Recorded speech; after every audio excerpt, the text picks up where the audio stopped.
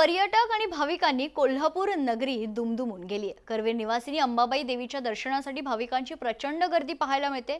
उन्हाळी सुट्ट्यांचा हंगाम आणि अंतिम टप्प्यात आल्यानं खरतर गर्दी झाल्याची माहिती। देवीच्या दर्शनासाठी चारही दरवाजातून मोठ्या संख्येनं भाविक मंदिरात दाखल होत आहेत।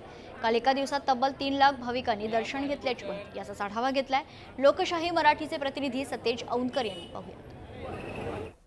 उन्हाळी सुट्ट्यांचा हंगाम सध्या आपल्याला पाहायला मिळतो आणि आज पार्श्वभूमीवरती 3.5 शक्तिपीठापैकी एक महत्त्वाचं पीठ असणाऱ्या करवीर निवासिनी अंबाबाई देवीच्या दर्शनाला आता पर्यटक भाविकांनी गर्दी केल्याचं आपल्याला पाहायला मिळते।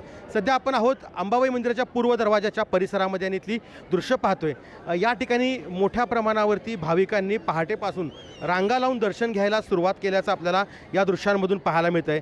खरं तर अंबाबाई मंदिराच्या चारही दरवाजातून मोठ्या प्रमाणावरती भाविक जे आहेत ते अंबाबाई देवीच्या दर्शनासाठी या ठिकाणी येताना आपल्याला दिसून येत आहेत। नुसतं कोल्हापूरच नव्हे तर महाराष्ट्रच नव्हे तर महाराष्ट्राच्या बाहेरून अगदी आंध्र, तामिळनाडू आणि गुजरात या राज्यातून मोठ्या प्रमाणावरती पर्यटक भाविक जे आहेत ते अंबाबाई मंदिराला या ठिकाणी अंबाबाई देवीच्या दर्शनासाठी आपल्याला येताना या ठिकाणी दिसून येतात। अगदी मोठ्या संख्येनं रांगा या ठिकाणी लागल्याची दृश्य या ठिकाणी आपल्याला पाहायला मिळत आहेत। साधारणतः पुढच्या अजून 15 दिवस सुट्ट्यांचा हंगाम आहे आणि याच हंगामामध्ये खरं तर अजून मोठ्या प्रमाणावरती गर्दी होईल अशी शक्यता पश्चिम महाराष्ट्र देवस्थान समितीने व्यक्त केलेली आहे। आणि या पार्श्वभूमीवरती भक्तांना उन्हाचा त्रास होऊ नये म्हणून मोठा दर्शन मंडप या ठिकाणी उभारण्यात आलेला आहे। त्यासोबतच पिण्याच्या पाण्याची देखील सोय करण्यात आली आहे। त्यामुळे भाविक मोठ्या संख्येने या ठिकाणी मनोभावे अंबाबाई देवीचं दर्शन घेताना आपल्याला पाहायला मिळत आहेत। सतेज औंधकर, लोकशाही मराठी, कोल्हापूर।